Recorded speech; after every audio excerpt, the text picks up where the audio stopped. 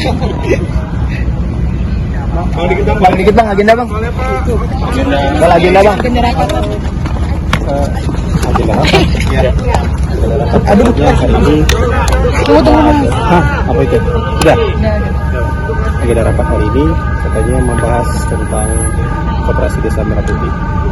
Tapi kita bisa dulu. Siapa aja mas? Menteri yang datang. Nanti kalian tahu kan banyak yang lewat di sini kan. Yang mau dibahas apa? Belum tahu. Nanti saya akan diundang nanti aja. Tadi ada Bulog, pertanian juga akan datang juga nggak? Mungkin ya. Itu soal apa ya? Soal distribusi apa ya? Hasil tani gitu ke Kopdes gitu ya? Saya belum bisa bilang sekarang. Kalau nanti habis rapat terbatas mungkin kita bisa cerita. Bang, kalau yang pick up Kopdes itu juga akan dibahas juga bang. Setiap Kopdes Yang mobil pick up itu loh bang. Oh, saya belum tahu. Kita lihat nanti ya. Itu sedikit boleh berkomentar tentang penegakan hukum yang dilakukan sekarang ini, pemberantasan korupsi, melibatkan kepolisian dan kejaksaan dari hasil pengawasan. Pemberantasan korupsi kan komitmen besarnya Presiden. Salah satu perang besar yang dicanangkan Presiden kan pemberantasan korupsi. Jadi pemberantasan korupsi pasti jalan terus tanpa penangguhan. Itu kan komitmen Presiden. Bang, terkait dengan proses seleksi atau proses PPH dari fakultas ini, katanya bagaimana dilakukan bang? Saya belum tahu itu. Nanti Sudah diterima pak oleh Pak Presiden. nanti coba tanya Pak Mensesnek ya, kalau gitu ya. Bukan di ini saya. Ya. Bang, soal Kepres 66 tahun 2025 juga kan jadi sorotan tuh bang, yang TNI jaga rumah jam khusus kemarin tuh. Itu awal mula Kepres itu dibuat seperti apa sih bang, barangkali tahu bang? Waktu itu Presiden mengeluarkan surat itu untuk menjamin kelancaran tugas penegak hukum di lapangan supaya tidak ada gangguan. Jadi untuk penegakan hukum di lapangan ya didampingi oleh TNI Polri. Jadi dua waktu itu ya, ada didampinginya oleh TNI Polri. Jadi itu untuk untuk melancarkan dan menjaga penegakan hukum di lapangan supaya tidak ada gangguan. Kira-kira itu. Udah dulu ya, segera rapat dulu ya. Nanti habis rapat kita gitu ya. Ya, makasih ya. Tadi sebagai Jampisus baru yang mengkonfirmasi Mas, apakah ini langsung Pak Prabowo sudah menerima usulan tersebut, Mas Pras?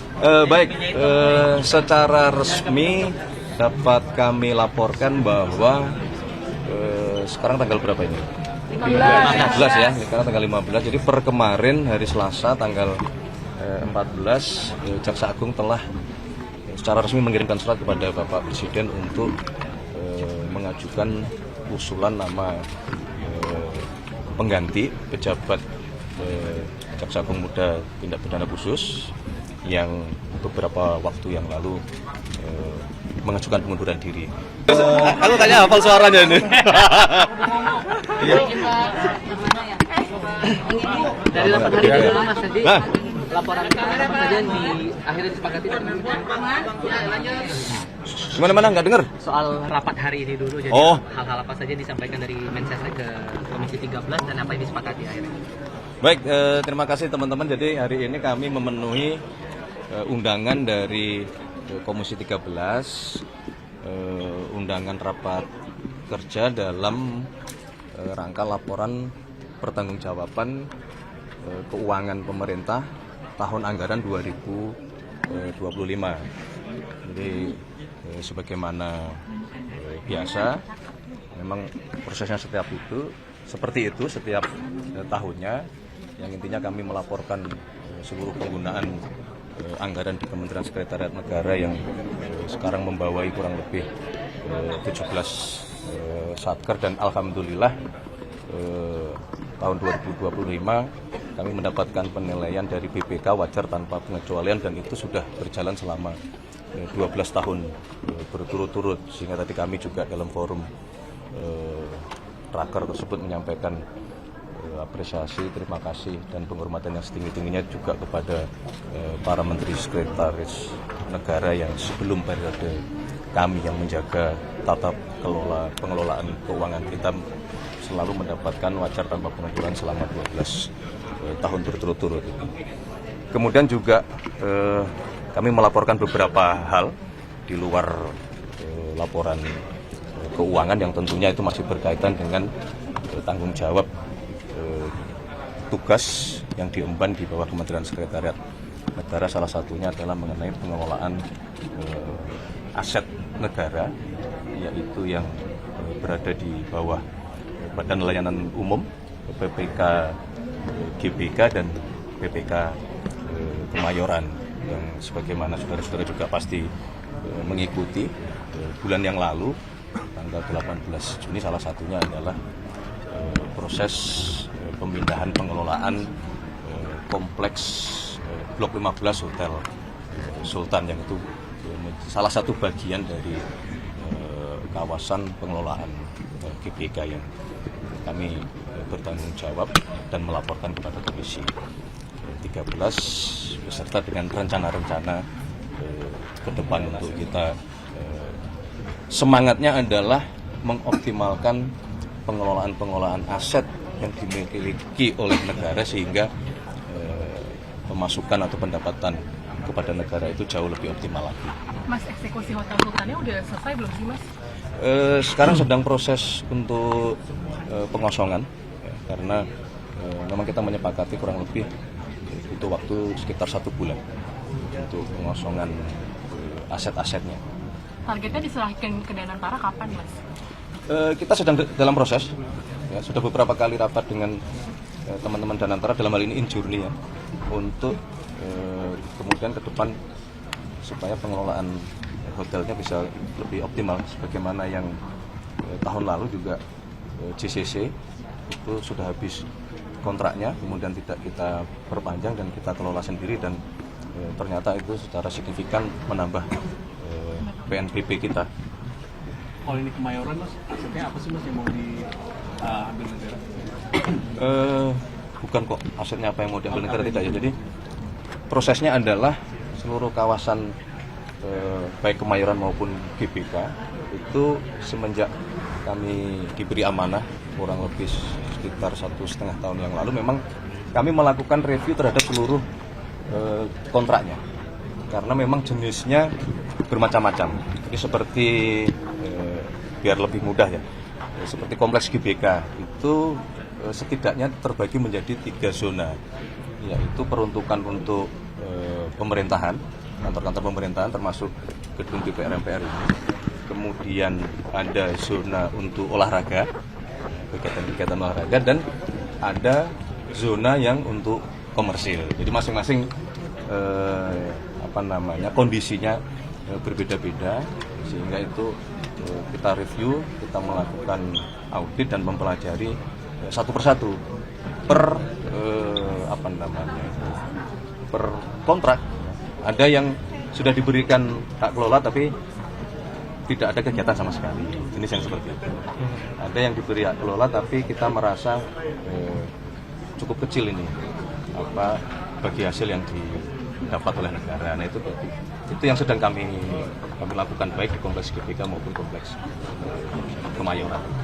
Mas bisa dikonfirmasi Mas untuk Jaksa Agung mengusulkan nama Pak Kun tadi sebagai Jampisus baru, yang mengkonfirmasi Mas apakah ini langsung Pak Prabowo sudah menerima usulan tersebut, Mas Pras? Baik, secara resmi dapat kami laporkan bahwa sekarang tanggal berapa ini?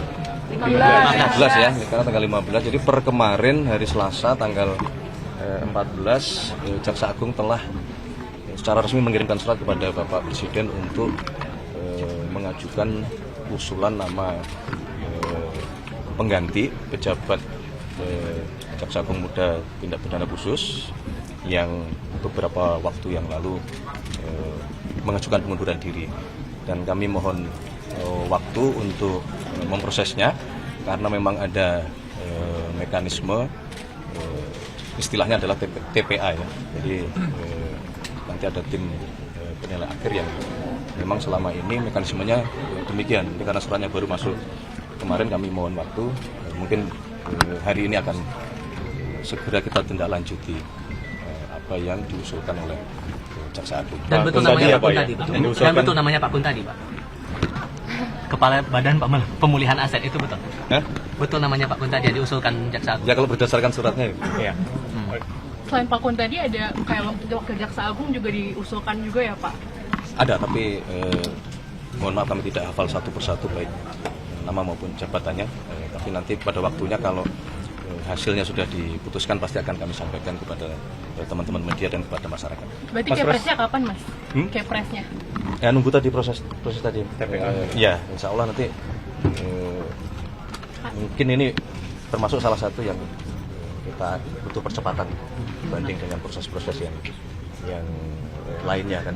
Pekan ini bisa Mas? Pekan ini Kepresnya bisa ditandatangani? Insya Allah. Mas mau ngomongin cepat kasus ini cepat selesai Mas. Dalam pemanggilan untuk pembahasan ekonomi apa Pak Luhut dan yang lainnya?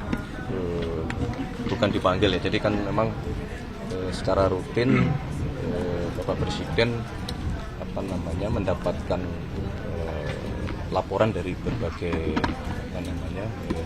pihak yang secara rutin, salah satunya adalah dari Dewan Ekonomi Nasional. Jadi memang secara rutin beliau Pak Luhut sering minta waktu untuk menyampaikan hasil kajian-kajian dari Dewan Ekonomi Nasional, dan menurut saya kemarin sangat produktif, hampir kurang lebih 3 jam Dewan Ekonomi Nasional memberikan paparan mengenai kondisi ekonomi kita yang sehari sebelumnya, sebagaimana yang saudara-saudara juga monitor, Bapak Presiden memimpin ratas khusus ekonomi yang dihadiri cukup banyak oleh menteri-menteri yang berkenaan dengan masalah ekonomi, karena tentu dengan dinamika di Timur Tengah yang kembali menghangat, itu kita perlu mengantisipasi beberapa hal, terutama untuk satu, menjaga masalah fiskal kita, manakala menghangatnya dinamika itu misalnya akan berpengaruh kembali terhadap harga minyak, meskipun dapat kami sampaikan bahwa tidak perlu ada yang dikhawatirkan. Sekali lagi berkenaan dengan suplai minyak kita aman, meskipun dinamika di Timur Tengah maupun di Selat Hormuz itu kembali menghangat. Termasuk efek dari nilai tukar kita yang kembali di level 18.000, terakhir 18.200-an, apakah itu juga ikut jadi atensi dari Presiden, dikhawatirkan akan berpengaruh ke hal lainnya juga begitu Mas? Ya tentu, itu kan menjadi salah satu bagian ya ketika kita bicara ekonomi ini kan, mulai dari makro sampai ke mikronya. Jadi kalau saudara perhatikan banyak menteri-menteri teknis yang itu pada tataran mikro, bagaimana Bapak Presiden selain menerima atau meminta update dari seluruh program-program yang sedang dijalankan, tetapi juga beliau kemarin memberi penekanan untuk mempercepat. Salah satu antisipasinya adalah menjaga makro, macam-macam teknisnya, menjaga mikronya juga macam-macam. Salah satunya adalah ekonomi real harus didorong, yang itu menjadi program pemerintah, misalnya mengenai pembangunan kampung nelayan itu diminta untuk dipercepat, karena itu bagian juga dari menjaga ekonomi kita terus bergerak kan. Termasuk Soal kasusnya Budi Susi katanya menaikkan biaya haji 2027. Belum mengenai biaya haji belum, karena kan baru proses awal ya, yang dipimpin oleh Menteri Haji untuk sesegera menghitung berapa sesungguhnya biaya haji untuk tahun 2027. Namun kan tentu evaluasi pelaksanaan haji tahun 2026 tidak hanya berkaitan dengan besaran nilai biaya haji tahun 2027, karena juga itu berkaitan. Jadi manajemen pengelolaan haji akan menentukan juga nanti di ujung berapa besarnya nilai biaya haji bagi jemaah kita. Itu ada apa untuk menaikkan juga? Ada kenaikan juga infonya? Ya belum, ya masih dihitung, karena itu kan menjadi tidak bisa berdiri sendiri, Mas. Jadi misalnya proses haji jemaah kita itu kan berada di secara total ya, itu kan 40 sampai 41 hari. Nah, kalau kemudian kita berhasil menurunkan masa tinggal selama di Arab Saudi, itu kan tentu akan berpengaruh terhadap ongkos hajinya gitu. Jadi kalau kemarin yang sudah muncul itu kan dalam kondisi atau asumsi tidak terjadi perubahan. Misalnya penambahan flight kita berharap itu akan menurunkan masa tinggal. Nah, kalau masa tinggalnya berkurang, logikanya kan biaya hajinya mungkin bisa dihitung untuk bisa dikurangi atau diturunkan. Kira-kira begitu. Mas, ada pandangan untuk kasus Febri ini lebih dialihkan saja kepada KPK untuk menjaga independensi jaksa, karena dikhawatirkan kalau jaksa yang megang, sementara yang jadi berkasus itu mantan pejabat jaksa, akan berpengaruh kepada independensi jaksa mengusut kasus, Mas.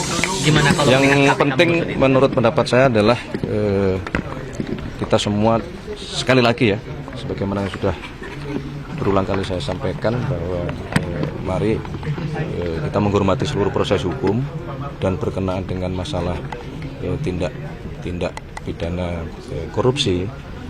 Berulang kali juga Bapak Presiden selaku kepala negara maupun kepala pemerintahan mengingatkan kepada kita semua, terutama jajaran pemerintahan, untuk memperbaiki diri, ya, menghilangkan praktek-praktek yang tadi kami sebutkan. Mungkin semangatnya adalah itu. Mas, kemarin Pak Prabowo kan bilang TNI dan Polri butuh biaya baik. Itu sinyal ada kenaikan dari TNI dan Polri, Mas. Sesungguhnya kita ingin semuanya membaik ya, tidak hanya TNI maupun Polri kan. Tujuannya untuk apa? Tujuannya apa perlunya gitu untuk dinaikkan lagi gaji TNI dan Polri? Enggak kan, untuk menjalankan tugasnya ya tentu saja kita itu kan bagian dari bentuk apresiasi. Makanya kalau saudara perhatikan kan yang pertama dilakukan oleh Bapak Presiden kan para hakim dulu. Itulah oleh karena semua kan menyesuaikan dengan kemampuan fiskal kita kan begitu.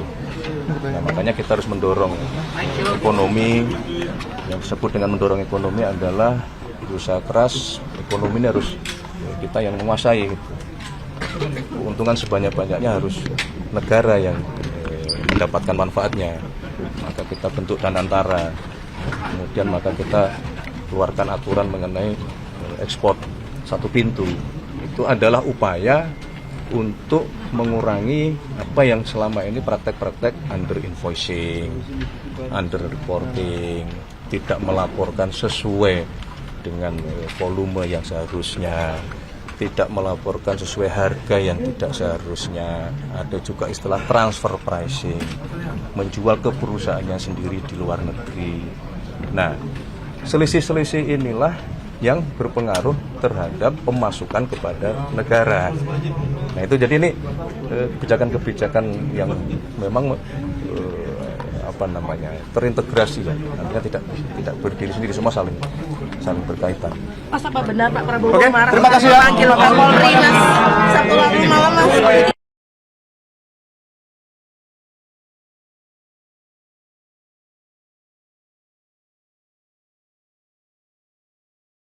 Subscribe, share, like, and comment. Subscribe, share, like, and comment. Subscribe, share, like, and comment. Subscribe, share, like, and comment. Subscribe, share, like, and comment.